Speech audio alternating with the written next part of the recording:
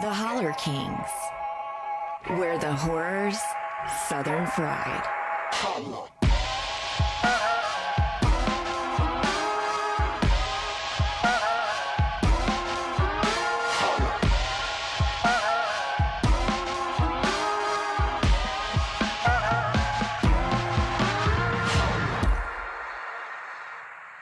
Hello, it's me, Craig. And it's me, Adam. And we're the Holler Kings. We are the Holler Kings. The motherfucking Holler Kings. I was waiting for it. I didn't know if you were going to do it. Welcome to our listeners and to Adam. Welcome, listeners. Adam, what movie are we going to talk about today? We are going to talk about the 2006 sleeper hit, I guess. I mean, I think it's a hit, but it's Altered.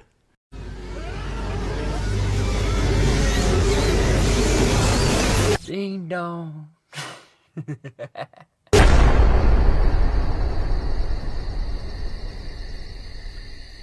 Altered. You chose this movie? I did. Or you brought it to my attention? I'd never even heard of this thing. I feel like a lot of people haven't, and that makes me sad. Well, tell me why you picked it. Because I like it.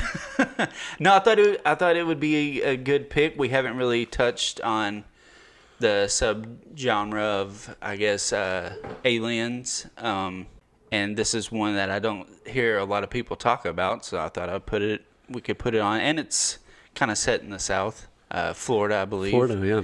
So I figured, hey, let's give it a shot and get it out there to people. Well, and it's directed by a marquee director. Yes. Which is another reason I was kind of surprised. I'd never even heard of it, let alone seen it. Which is Eduardo Sanchez, yes, right? From the Blair Witch Project. Right.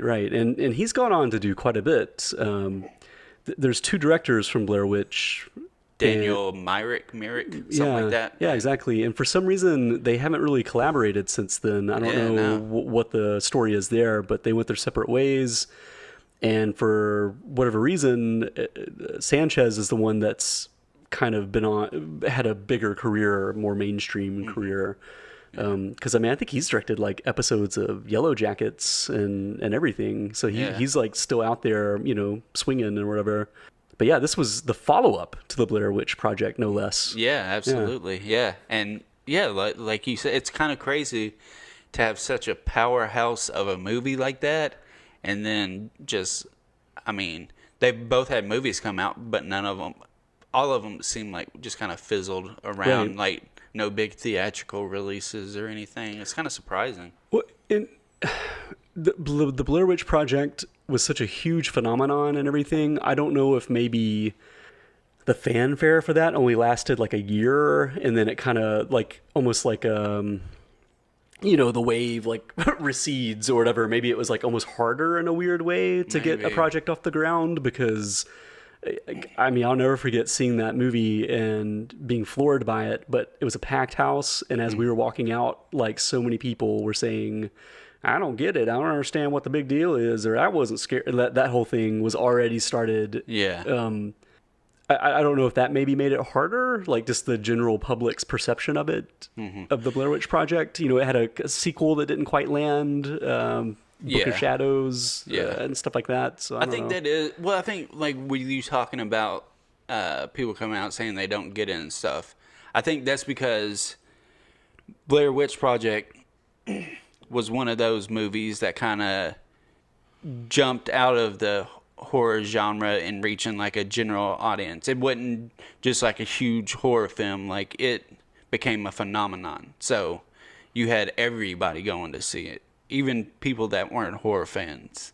And so I think that's where you get that type of stuff. And yeah, that could have, you would think even with that, people would be like, oh yeah, we still got their money. We don't care. What do y'all want to do next? Well, I 100% agree with you. It seems like they could have written their own checks at least for a couple of more projects, you know what I mean? Because it was such a big deal. And it bugs me sometimes to think of like how Paranormal Activity, for whatever reason, became this big franchise where a new movie came out every year, and the initial installment had like advisement from Steven Spielberg, and I'm just like, how did that franchise level up over Blair Witch? Like, Yeah. because I feel like Blair Witch was the forerunner and to me the more effective movie. So it's just kind of odd how just a few years pass and a very similar franchise did gangbusters and Blair Witch was just kind of thrown out. I don't know what the alchemy is there, but Maybe I guess I don't know, because you're right. They were both huge hits at the box office. I don't know if it was just Book of Shadows, like it was kind of a haste. I don't, it wasn't a very well received sequel, so maybe that just killed it dead in its tracks. it could be. I mean, in fairness, like Paranormal Activity, they followed the formula for the sequels. Yeah. I mean, they basically gave you more of the same, and that's what Exactly. people like. Yeah, but, yeah. Blair Witch, for whatever reason, the filmmakers decided to do something totally different with the sequel and make a narrative film instead of a Why found is this footage. not found footage? Right. So you're right. Maybe that just kind of killed it for a minute. So speculation aside, though, this is his belated follow up to Blair Witch, because Oh, that's right. We're not talking about Blair Witch. yeah, I know. Okay, and I feel bad because I'm sure Sanchez is tired of that. Like every project that he does, Oh, for sure. there's going to be a preamble about the Blair Witch project, but unfortunately, it's just He's never going to have a movie come out that doesn't say from the director of the Blair Witch Project. But I mean, it's just a benchmark. I mean, it's Yeah. it's so important to horror going forward. I mean, I know there were similar movies made before it, but it was just the first one that, for whatever reason, went mainstream. That was found footage. But yeah, so this is like 2006. This is like several years after Blair Witch. That was what, 99? Yeah. Yep. And decidedly different. He went for a more traditional narrative film, kind of claustrophobic, low budget type of thing. Yeah. So he came out with Altered, which is about a group of sort of, I mean, I guess you'd call them kind of like country boys, redneck types who capture something out in the woods and take it back to someone's house, and it quickly, Wyatt is his name, if I remember correctly. That's the main guy that has the compound that they go to. Yeah. And immediately off the bat, they kind of have some bad blood between them, but it all becomes this story of what they've captured out in the woods and how it relates to their past. Mm-hmm. It's a cool like inversion of the Alien story, right? Because you're used to like, an alien abduction movie where some guys are taken up into a ship and experimented on, and it's like the fallout of all that stuff. They go the opposite way with this, where it's a group of people, humans, that abduct an alien, right? Yeah. And kind of play around with that idea. It's a cool opening sequence because you don't really know what the heck these guys are up to in the woods. They have all these gadgets and traps. And, They got like harpoon guns and all these different types of what seems like you're hunting some big game for sure. This ain't just some rifles out in the woods hunting a deer.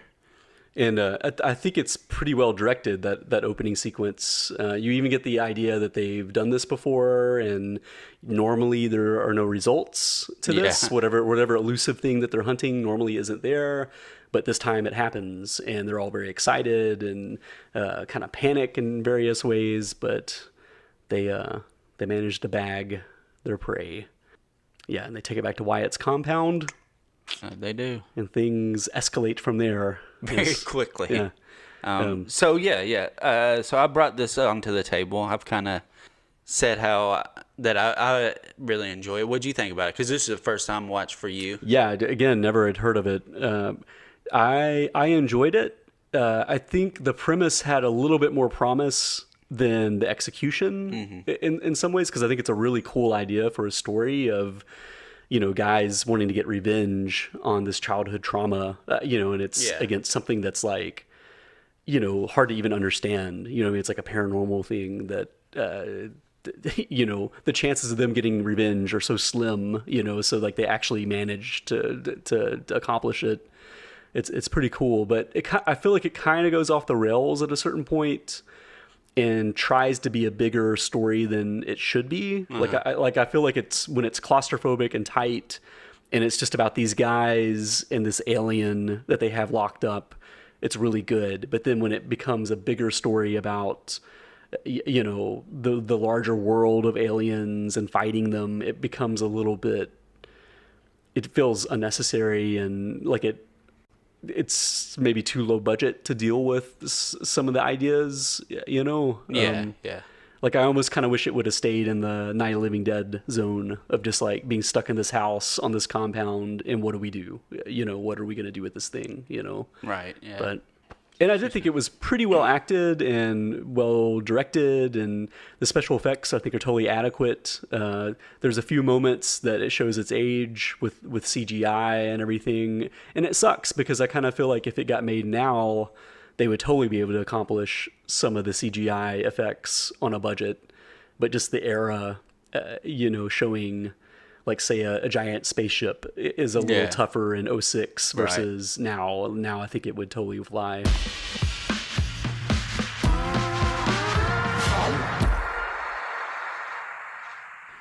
Some of the Southernisms were a little much at times. Yeah, it never felt. I don't want to call it over the top, but it felt very. It felt very cliched in some of the characters, especially. It's Cody, right? Yes, Cody. In that character, it felt very, very like cliched. Well, I mean, it's one of those things where, you know, it is Florida, and all of the main characters, the four guys in this story, are coded as Southerners. I mean, they all have accents, but like Cody is like a gross stereotype of a certain type of Southerner, and it's kind of like. In the costuming, they give him a belt buckle that's a Confederate flag, and then his jacket also has a patch with a Confederate flag. And it's just kind of like, at a certain point, it's like, even if you're a big Misfits fan, right? You're not going to wear a T-shirt and a belt buckle and a patch. You know what I'm saying? Sort of like, I feel like it feels... Especially like, that's what you wear to go out hunting aliens. Yeah, it feels a little overdone to me, just to kind of like... And again, it's sort of like, yeah, all these dudes are Southerners, but this guy is the bad one because of this. You know what I mean? It's like just an easy way to kind of show it. But I feel like they did plenty with the dialogue and the acting to get you there without overdoing it with iconography of the South or whatever. Yeah. But you know. But I mean, I thought he did a great job of not making it too like. Hamstrung, like ridiculous, because I've met people that give me that type of vibe. So I feel like there's some realism there, but it's just very cliched for in a story where you want to like all these guys. You know, that's the point of it, and it just makes it tougher kind of to like him over the other ones. Which, like you said, he almost comes off as an antagonist in a lot of parts. It just seems like they could have pulled back a little bit on how he was written. Right. So. Well, I mean, and they do a good job of having conflict between these four guys because they all have pretty differing POVs about the trauma that they experienced, which was as teenagers, they were abducted by aliens. And various things were done to them by the aliens. It's kind of parsed out through dialogue over the course of the movie, so we never see it. It's never spoon-fed to us, which I thought was kind of nice. That's what I really love. I mean, it could just been budgetary reasons, but that's what I really love is we didn't get a bunch of flashbacks of like a really bright white room and like sporadic shots of aliens while they're laying on a table and all that type of stuff. Just like those kind of generic things you wouldn't get from a lot of other movies. And we don't really get the motivation of the aliens either, because it's very up in the air what the heck they were trying to accomplish with these experiments. I mean, but that's appropriate, I feel like, because aliens, especially in a movie like this, they're not human. They're not like Star Trek, where it's like they're going to explain like, well, we were just trying to do that. You know what I mean? We're not going to understand why they're doing the things that they're doing to us. But yeah, like there's just various experiments done to these guys, and Wyatt, kind of our lead, he had the most probably traumatizing experience, because there's a moment where he pulls up his shirt and you can see where he has like this giant scar, you know, like where he claims that they implanted things and they altered his, you know, just very DNA, I guess. I mean, they did something pretty big to him. And the other guys, it's kind of up in the air exactly. Yeah, you know? from again, yeah, like you were saying, from the dialogue, it seemed like they were only up there with the aliens for like a day, right, or maybe even two. It was Wyatt and another kid who we get a lot of we hear about in dialogue, but he had apparently passed away on the ship, and the other guys, yeah, they weren't left up there as long as the other ones. So Wyatt seemed to have gotten, I guess, the brunt end of most of it, of what was going on.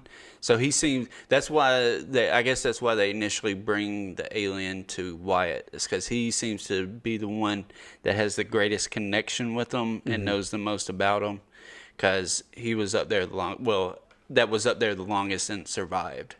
So these guys definitely want revenge on the alien, but I guess they don't really know how to go about it. It's kind of like those guys or those people that are always like hunting Bigfoot or something. It's like, what do you do when you actually catch him? Right. You think you're just gonna kill him? Like, you're talking about, if Bigfoot was real, you're talking about a really huge, powerful creature has lived. At this point, would have to be, or this species would have to have been alive for a while, and you think you're just gonna what happens after you catch them? Right. So, and I think it's kind of like that. It was kind of like, we got him. Oh fuck, we got him. What do we do now? And then there's a definite like underlying paranoia to the movie, where they're super terrified of other aliens showing up to retrieve the one that they've stolen, you know, or kidnapped. Because I mean, as soon as they get this thing in their van and they're driving to Wyatt's compound, they're looking up at the stars. Like, is that a ship? Is that just an airplane? Like, you know what I mean? They're all terrified that more are going to show up.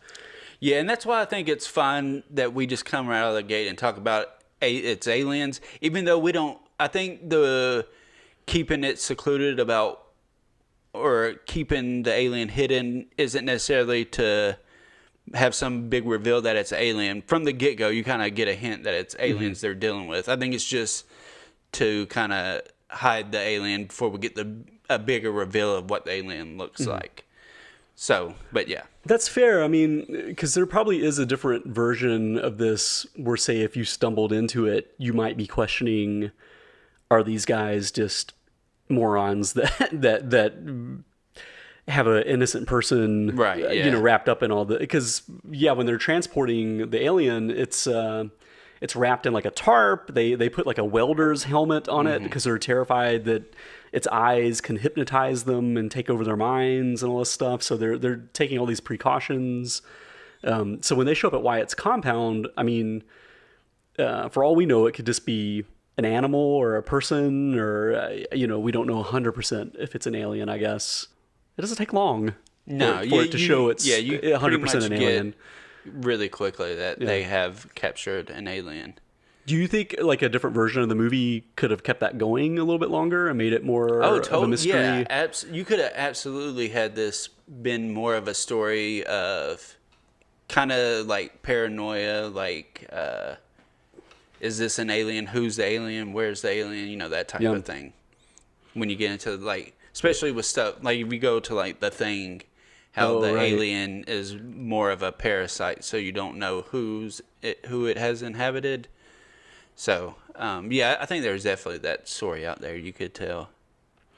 One thing I wanted to bring up is this has one of the Blair Witch Project actors. Yes, Michael. What is it? Michael C. Williams. C. Williams. He Yes, plays a character named Otis. Looks very different from what he looks like in the Blair Witch Project. Yeah. How so? His like hair is different. He kind of, I think he had like a goatee and everything. Yeah. And then with the accent thrown on, I just thought, the first time I watched it, I didn't realize it was him until after, I looked it up afterwards. I recognize him right away, but I'm a pretty big Blair Witch guy, okay. and I already knew Sanchez was directing it, so that it's probably like in my head, kind of looking for him and stuff. Yeah, but I agree that he looks quite a bit different, and a little less baby faced because he's so young looking in Blair Witch Project. But he plays a interesting character. He's sort of the comic relief, really. Yeah, he kind of brings not in a jokey way. He just brings. The way he kind of delivers stuff and some of the lines he says just kind of has that sigh of relief as tension kind of wells. So, yeah, it's not like in a jokey way. He's not like Deadpool or something. Right. But he just kind of brings that kind of humor to kind of lighten the mood at times.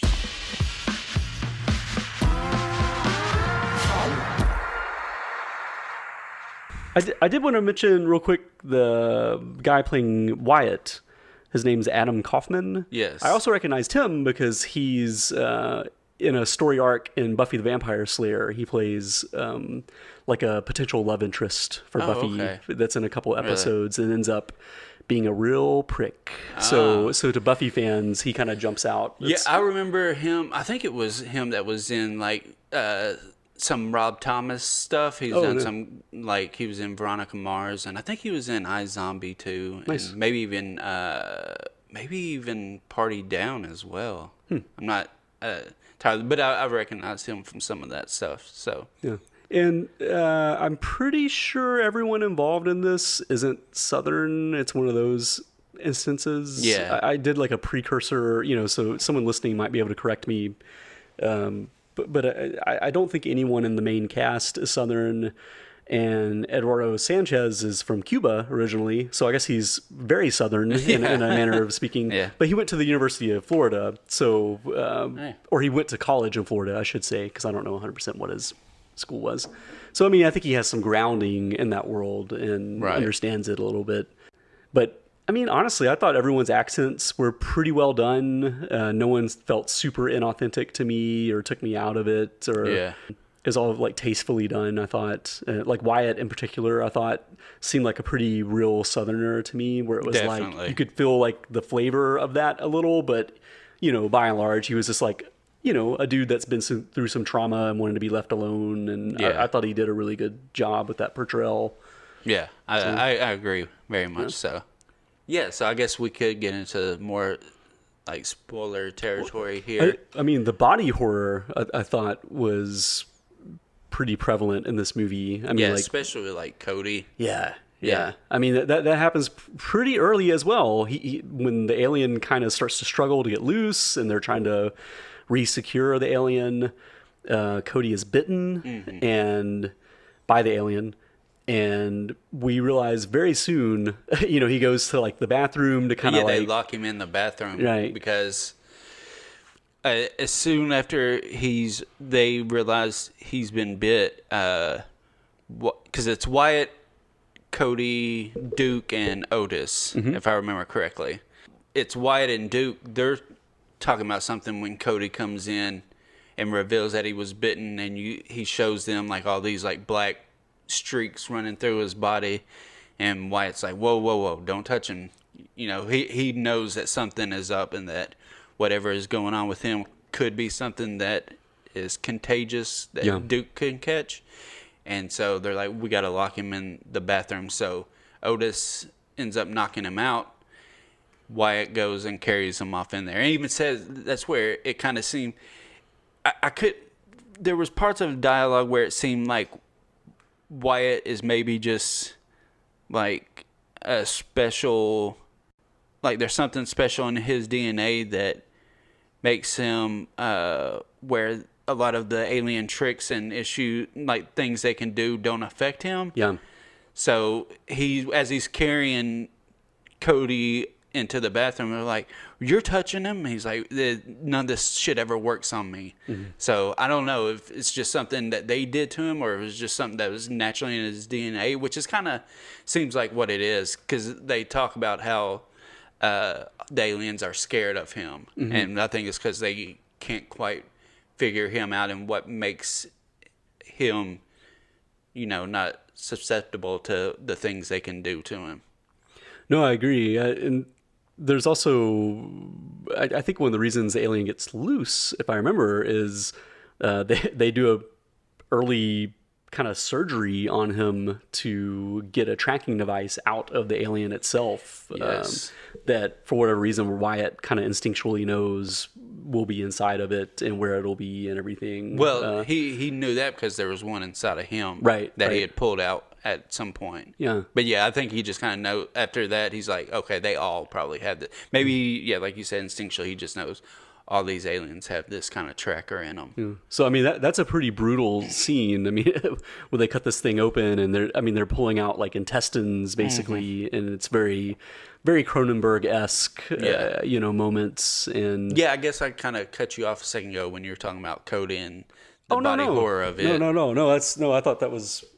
And I guess the alien, their physiology is way different than ours because it doesn't seem that affected by getting cut open and their entrails pulled out. Yeah, I don't know why they have organs because Yeah. it don't seem to bother them really at all. So I don't know. Maybe they're just tough. You know what I mean? Yeah. They can kind of regenerate quickly. It doesn't really show us. But I mean, again, it's alien physiology, so we just kind of, I kind of accepted it and just went with it and didn't really yeah, it's question not it too like much. you can't be like that's not accurate. You just kind of be like, okay, yeah, I guess these aliens are like that. Yeah, sure.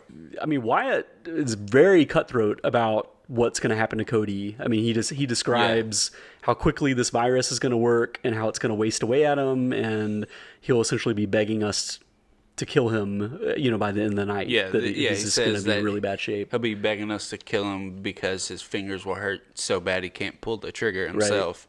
Yeah. Right. And, I mean, over the course of the film, it cuts back occasionally, or we see Cody deteriorating, and it's very, again, that reminded me of, like The Fly, for instance. Like Brundlefly's deterioration. It was kind of a similar thing, because by the end of the film, he is pretty rough looking. He's rough. Yeah.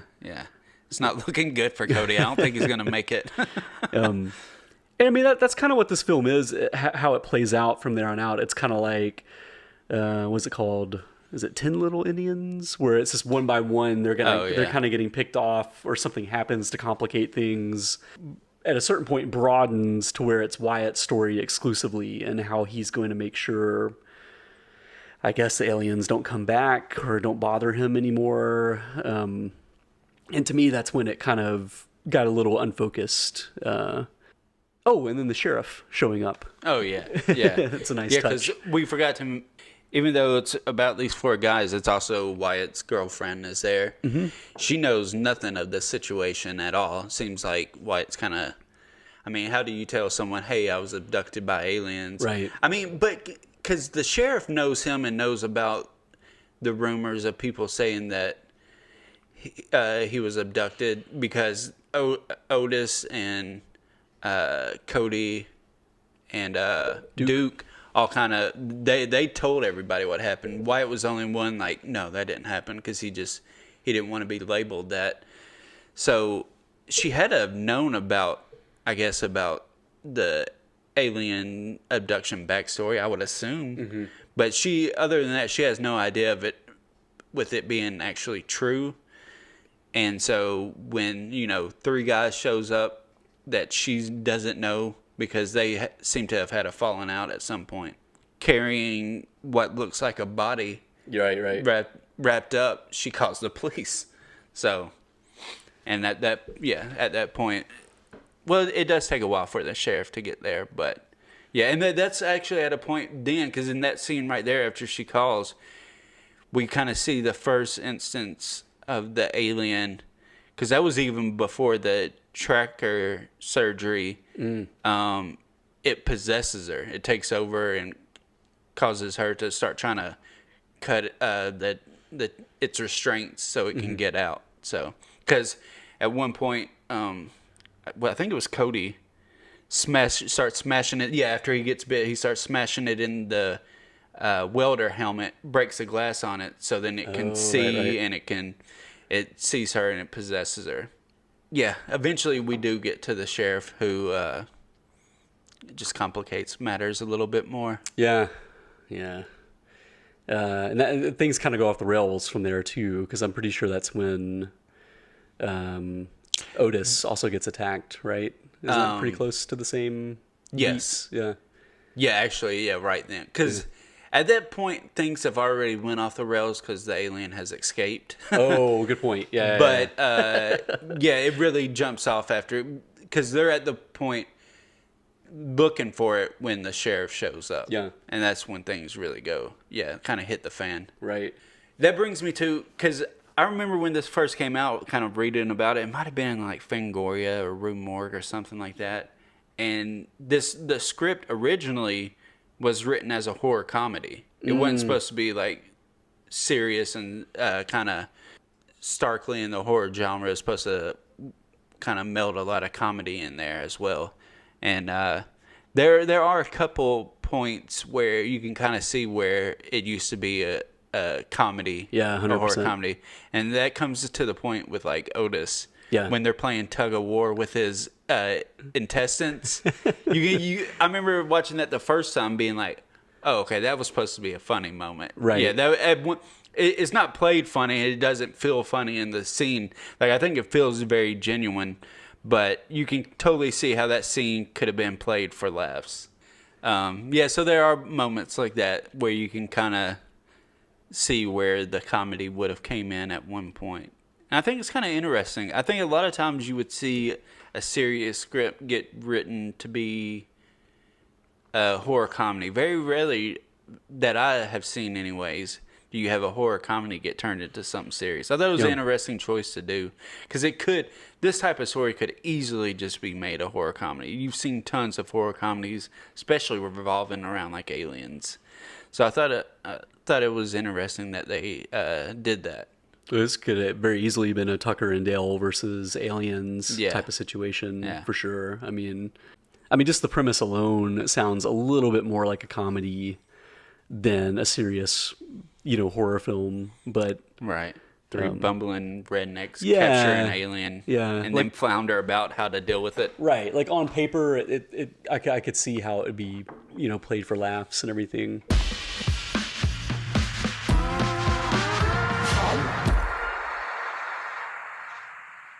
Most of the movie takes place on the compound, and it's just them dealing with one alien. But at a certain point, it expands a little bit, and it goes outside of this one location, like the last act, pretty much. Yeah. Kind of tries to go a little bit bigger, and it becomes more focused on Wyatt and his girlfriend. How do you feel about the ending? Because I feel like that's where it kind of lost me a little bit. It's kind of where it lost steam for you. Yeah. I mean, I thought it was fine. It did kind of get into a kind of treaded territory, like we kind of been here before type thing, in a story that kind of feels different before that. I didn't think it was bad necessarily, because honestly, thinking to it, I don't know how they would have ended it any other way. So I didn't think it was bad or anything. But it did kind of get into some kind of, instead of taking the road less traveled by, took the one that was paved. If that makes any sense. Yeah, no, it totally does. Yeah.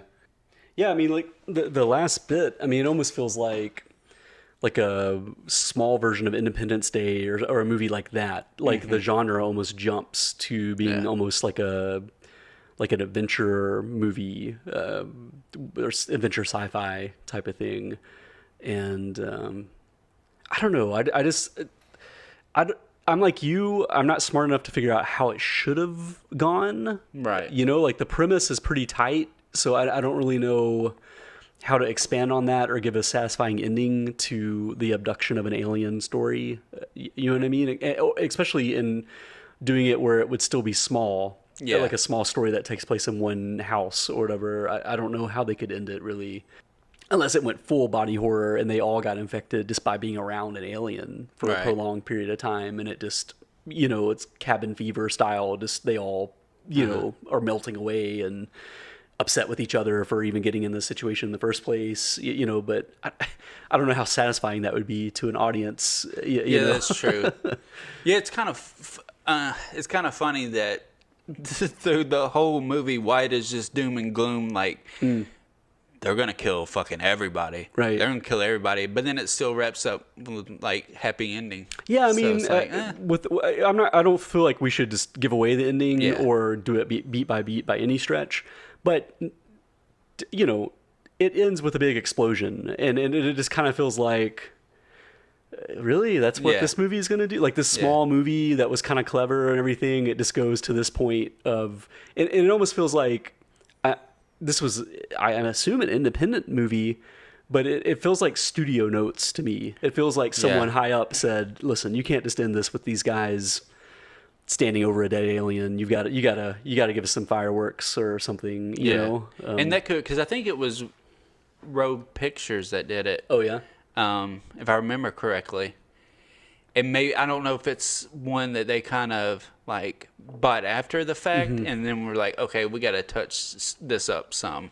Yeah. So I don't know if there was like a different ending before that, and then they changed it, or if this was just something that kind of was a studio note all along. Like, we got to, since you're rewriting the script to be more serious, how about we change some other things as well? Right. So none of it's like necessarily bad. It just feels kind of like we've been here before. Yeah. In a movie that I didn't feel like that through the rest of it. From the gig, like you said, it's almost like a reverse of what we usually see in an alien movie. With like, usually it's either alien abduction or aliens are like, you know, taking over the farmhouse or taking over the world. And in this, it's hey, we captured an alien. Yeah. We abducted the alien. For sure. And you just don't really see that. No, I thought the hook is really clever, and I'm surprised it hasn't been mined more often. I'm surprised someone hasn't tried to do something similar. Yeah. You know, I did want to note the special effects. I thought were really competent, like really cool. Yeah, I looking. thought so. I thought so as well. Like the few bits of CGI that come in towards the end. Yeah, you're like you said, it's 2006, so they weren't amazing, but it's not a bunch of CGI, you know, it's just a little bit. So it didn't really take you out of the movie or anything necessarily. But a lot of it seemed to be prosthetics and like man in practical. suit type, practical stuff. Otherwise, and I thought it all looked really great. I thought the alien looked really cool and interesting, and like the idea with like the whole third eye and everything like that. I thought it was all done really well. I thought the alien was like a cool hybrid of, you know, like the classic gray alien, how it looks with like a little green man, like the old school sci-fi version of an alien. And then like with more of the body horror that became, you know, big after, you know, Alien 1979. Like it kind of mashed up all those things, I thought, in a cool way. Yeah. Yeah, absolutely. And like you said, with like all the viscera and gore and stuff with like Cody and all that, even though, like I said, it's played, I think it was executed well, but like the ridiculousness, I mean, it is a ridiculous scene with the alien like pulling the intestines, even though I thought they made it work and seem believable enough. I mean, like all those effects, all the gore and stuff like that, it all looked really great. Yeah. I was I don't know how much it cost to make this movie, but I was impressed with all of it. Oh, yeah, same here. This was the second time I had seen this. I liked it more this time than I did when I first watched it. How so? I don't know, because the first time I watched it was like back in 2006. So I can't just thinking back on how I felt the first time. I was like, oh, that was really cool. But I kind of would, I hadn't watched it anymore since then. But watching it this time, I was like, oh, shit, this is like a really good movie. And like the set pieces are really well, the effects are done really well, the tension I think is done like great. Those moments of levity I think are well timed and they're not too over the top and ridiculous or trying to be funny. It's just those little kind of just we get that release for a second. I thought it was all structured really well. Like you said, the only part that really kind of is iffy for me is when it gets towards the end, where it felt like it kind of didn't know where to go Right. for the ending. But even in there are even moments of the ending that I do really like. Not like the very, very ending, but leading up to it in that third act. Mm-hmm. There's a moment where the alien's trying to take over Wyatt's mind, mm-hmm. and Wyatt starts fighting back, and like tears are like, not like over the top, but like tears are kind of streaming down his face. And I thought that was a really great scene. I thought Wyatt, what was his name? Kaufman? Yeah, I think so. I thought he did a fantastic job with that scene of him like battling back against the alien, like mind control and stuff. And just like there's another scene where he's running off through the woods, and he always has this sense of, he knows when the aliens are around. He senses it. I don't know if it's something they put into him or if it was just dealing with that. He knows when the aliens are around. Right. And there's a moment where he just stops and closes his eyes, and it's just a close up of his face, and you see like you see figures like walking past him in the background and kind of in front of him. I thought that was a really well done scene. Yeah, I like that scene too. Yeah. So let's grade it. Let's give our Rex. Let's do it. Yeah. Let's do it. I would absolutely recommend this movie. I think it's a great horror film all around.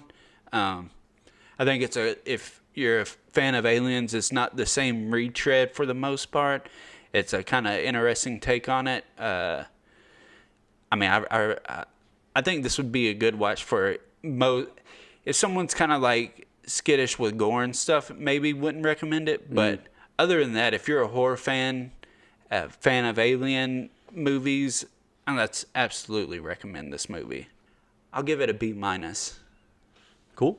I actually thought you were going to give it a little higher after that. Leading up to it. The only reason is because it is kind of a bummer. Just like you said, I don't know how to end it, but I didn't make the movie, and I thought could have, with such a good build up and lead up. I don't want to call the ending disappointing because I think it was still done well and everything, but I just wanted more of something different. And that's the only thing that's kind of a bummer for me. No, I mean, I think I've already said it, but I agree that they don't quite stick the landing, and I feel like the acting is great, the direction is great, but the script is good. You know what I mean? Yeah. Like a great premise, some fun dialogue and stuff like that, but it's clear that they didn't quite know what to do, or something just didn't quite work with the ending, for me anyway. Yeah. You know what? I'll take that back. I'll give it a B+. B+? We'll go B+. Okay. Yeah, I feel good about that. Okay, so I'm going to give it... I'll give it a B-. Yeah. Because I totally think it's worth checking out. And, if you've listened to this far into it, just, bear in mind, just kind of be easy on the ending. Like, don't be expecting the ending just to do gangbusters for you. But it's a totally satisfying watch. Don't expect to be blown out of the water by that. Yeah. But I think at that point, like I said, I think that's why the ending doesn't really bother me. You really do care about these characters. Even Cody, at some point, you start to care about. Like, he has this kind of heart-wrenching moment where he's talking about how his own dad thought that because Tommy, the one that didn't make it out when they were kids, that died, he was Cody's brother, and he talks about how his own dad thought that he killed his brother and everything, which has to affect him in a way to make him that kind of antagonist that we get later on in the movie, but or at the beginning of the movie. It doesn't bother you that much because you do start to sort of you do care about these characters, even Cody at moments. So, but cool. So that's going to be a solid B from us because I gave it a B-. You gave it a B+. So definitely check out Altered. You can rent it. I don't think it's like streaming anywhere in the sense that you just have, like on Netflix or anything, but you can rent it on like iTunes, Vudu, stuff like that. Yeah. And it's like $3 bucks. Oh, for sure. So yeah. It's definitely worth that without a doubt. And it kind of makes me want to fill in any more gaps with the Blair Witch Project crew and everything, because I've definitely seen VHS and, some odds and ends, but I I'm not super familiar with their work outside of Blair Witch, so this kind of makes me curious. I do have one I want to talk to you about, which could be a future episode. Oh, really? Yes. Oh, nice. Tease. All right. Well, that wraps it up for Altered. That's it. Holler Kings say, check it out. Yes.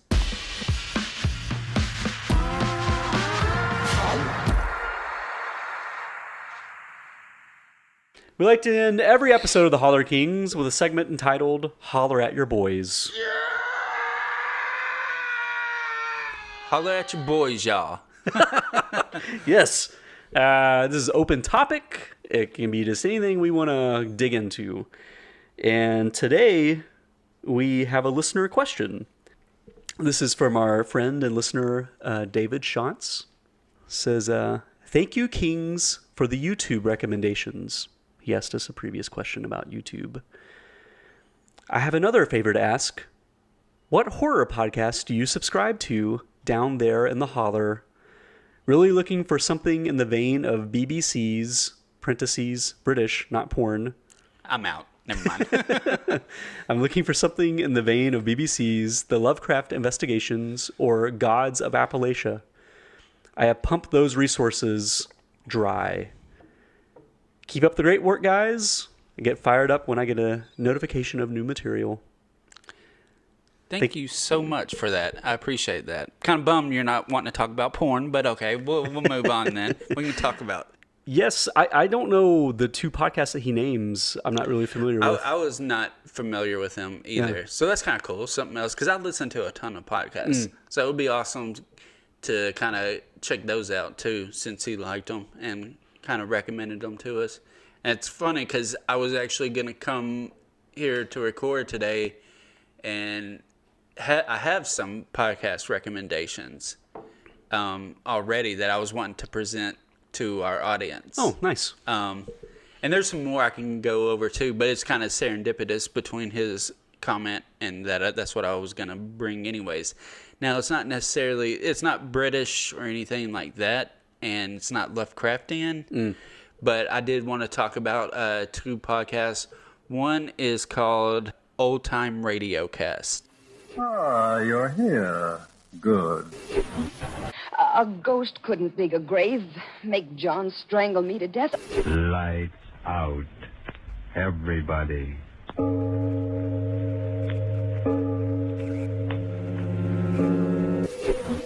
Welcome to the Old Time Radio Cast, where we take the most terrifying tales from the golden age of radio, clean them up, and remaster them for your listening pleasure, truly preserving the very best era of audio entertainment with stories of suspense, mystery, and horror.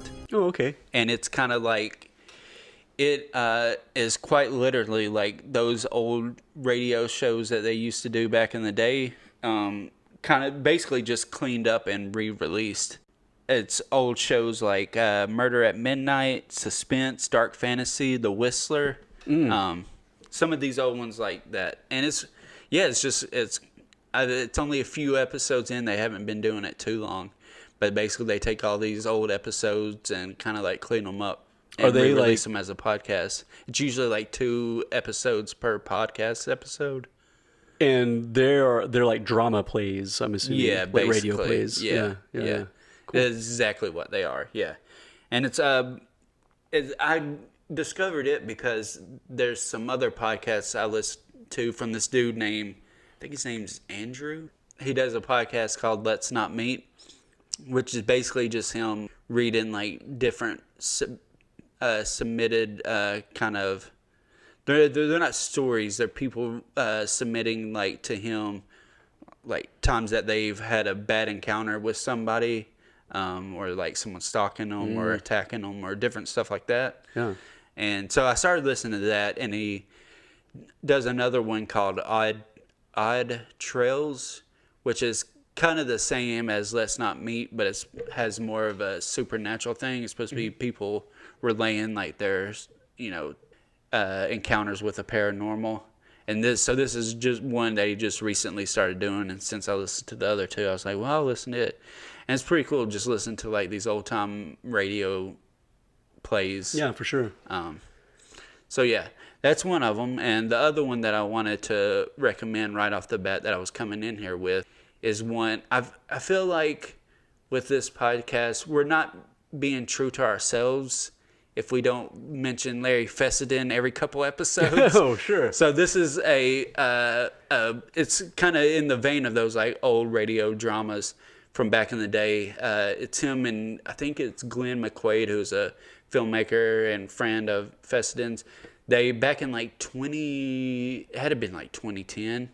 They started doing this show called Tales from Beyond the Pale. This is Glenn McQuaid. And this is Larry Fessenden. And you are listening to Tales from Beyond the Pale, the podcast. And it's exactly like that. It's just like these 30-minute different anthology stories. Greetings, listener.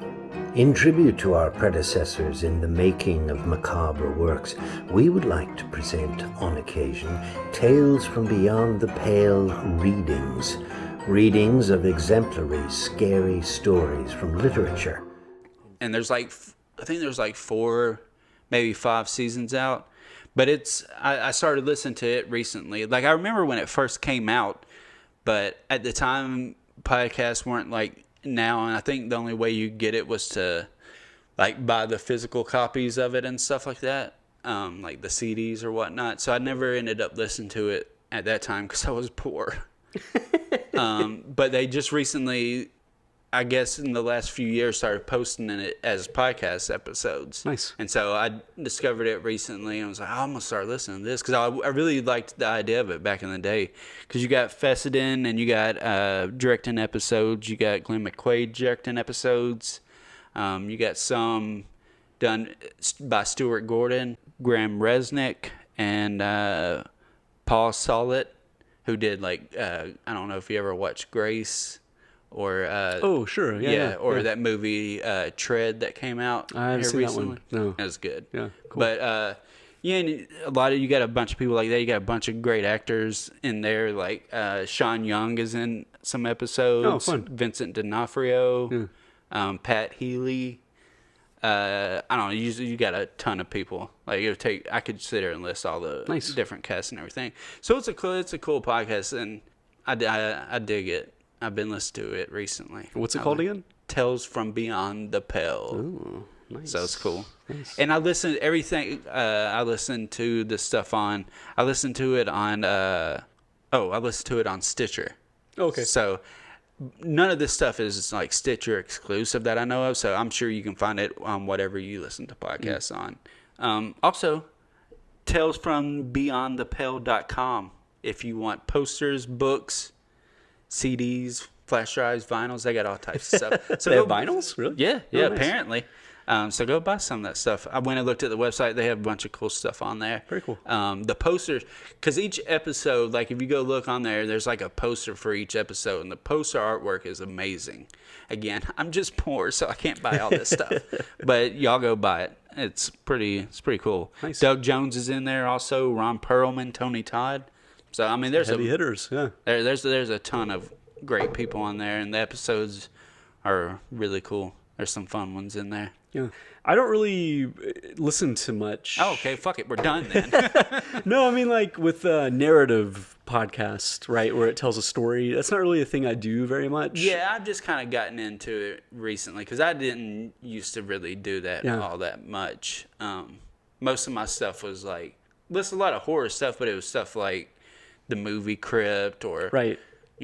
Colors Out of the Dark or something like that, where people were talking about horror stuff, or whatnot. But I just recently kind of got into some of the narrative stuff, and most of it is coming from. There was this podcast that I listened to. They haven't come out with any episodes here in a few weeks. Well, they kind of do seasons, so they go off and don't have anything posted for a while, and then they come back. It's a show called Radio Rental. Radio Rental is the ultimate collection of true bizarre stories. The weird and unexplained, close calls with predators, and just the flat-out impossible. These are all real stories, true stories. And we've traveled all across the country to interview those who've experienced them in person. Welcome to Radio Rental. It's hosted by Oh wait, I remembered it now. Terry Carnation. Okay. It's this fictional character, and it kind of plays like each episode is introduced as he kind of runs like it seems like maybe a video, like an old video store, and it's you as a listener are the one that walks in, and he's like, oh hello, I see you're here to see some more tapes or whatnot. And it's Rainn Wilson plays the part, but it's this nice. character that he has, Terry Carnation. He actually did a spin-off podcast where that's more narrative, kind of called Dark Air with Terry Carnation. But each episode of it, there will be like a couple different stories, but it's like, I don't know if they're actual fiction played to be nonfiction or if they're actually nonfiction, but each story that's kind of told is told from a different person, and it's told like something that actually happened to them. I don't know if it actually is. I'm kind of inclined to believe it's stuff that like actually happened to these people, just because it never gets too outlandish, the stories, but there's like creepy stuff that happens or like unsettling like real world stuff of near abductions and stuff like that. Kind of like that Let's Not Meet podcast I talked about, except this is different people telling the story, not just him reading it like on Let's Not Meet. And those stories are really engrossing, and I guess because they feel real. I don't know if they are or not, to be honest. But that kind of listening to that kind of got me into like looking at some more like fiction type podcasts. Nice. Yeah, that's another one actually I'd recommend. Radio Rental. It's really good too. I cut you off. You said you didn't listen to much. Well, no, I don't. I only have one. So go back to how you can't answer his question. I'm like you. I listen to a lot of horror-centric podcasts where they talk about, horror movie or have a dialogue about horror topics or whatever. I think I've mentioned Bloody Good Horror before as one of my main go-tos for that. But in kind of the realm of what you're talking about, the only thing I've listened to recently is it's a one-off thing. It's from a production company called C13 Features. Yes, have you listened to that? Yeah, Ghost Rider. Ghost with Adam Scott and Kate Mara. Yeah. Tell me about this thing that happened with your neighbor. Who is he thought to have killed? Someone close to him. A family member, I think. Writer Kate Michaels has a new project. Sounds like he's the most interesting part to you. Might make a compelling main character. And an enigmatic new collaborator. Well, you sure seem to be in a good mood since you started working with him. And plenty of demons. The last shrink I spoke to warned me that covering stories involving violence can be triggering of my condition. Sometimes there's a thin line between fact and fiction. From C13 Features, a new kind of listening experience. Another body has been found in the Washington Heights neighborhood. I can't explain everything. I just need to quit. You realize a guy like Weber could afford to work with anyone, right? Who is it? FBI. Kate Michaels? C13 Features presents Kate Mara and Adam Scott in... Maybe what starts as an accident becomes an obsession, a career. Ghost Rider. I listened. There's another one that they did with Kieran. She was Sabrina in the Sabrina the Teenage Witch. I don't know how to pronounce her name either. Kieran Shipka or something like that. I forget what it was called, like Treat or something. Treat, yeah. Those were both really cool, and they're like hour and a half. They're like a feature film, but like audio. It's literally you're a movie, but you listen to it, and it's really well produced in terms of sound effects, and the actors are top tier people, and they do great jobs with their dialogue and everything. I will say Ghost Rider I thought was way superior to Treat. But in all fairness, they had really good actors to play off each other and everything. I think the story kind of lent itself to the medium more than Treat did. Yeah. Treat kind of felt like it should have been an actual movie more than an audio There are a lot of play. visual elements in that Treat. are kind of lost That's in true. it. I thought with the Ghost Rider, because most of it's done like over phone calls and stuff like that. And I think it just kind of lent to the medium a lot better. In Ghost Rider, it's one of those classic things where maybe it's a little predictable, like you might see where the story is going, but it's so well acted and produced that I didn't really mind. Like I was kind of cool with it.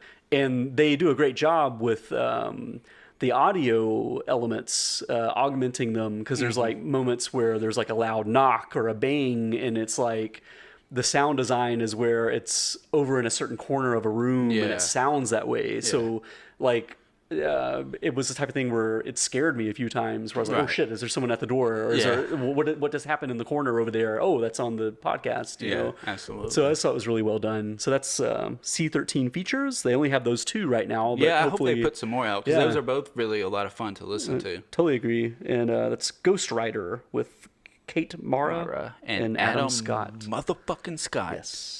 Derek himself. Hope you guys, Derek, Step Brothers? Yes. Yeah. I only recently saw that, and that was easily my favorite bit of it was Derek. Yeah. He's so good at playing a just obnoxious douchebag. He's so good at it. He's hilarious. But so those are our. Let's run down the recommendations one more time for our listener, David. I guess I could throw. Let's Not Meet, Odd Trails, both. The Old Time Radiocast. Radiocast is one word. I don't know about other search engines, but Stitcher is really finicky. If you put a space where there's not supposed to be one, you're not going to get the results of it. Yeah, it's weird. I don't know. They're just son of a bitch bastards. Tales from Beyond the Pale, Radio Rental, and Dark Air. That's all we got for you. Thank you guys for checking it out. Yes, and I'm sorry, David, that Craig couldn't answer your question. I got one. I got literally one. I can't believe I forgot to include those, because those were great choices. I forgot all about including those. Oh, there you go. So picked up a little slack. Yeah. Speaking of picking up slack, Craig bested me again. Oh, damn it!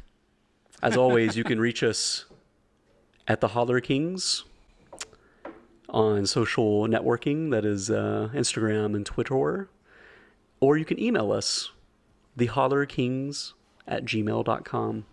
Reach out. Oh, you're watching this on YouTube right now?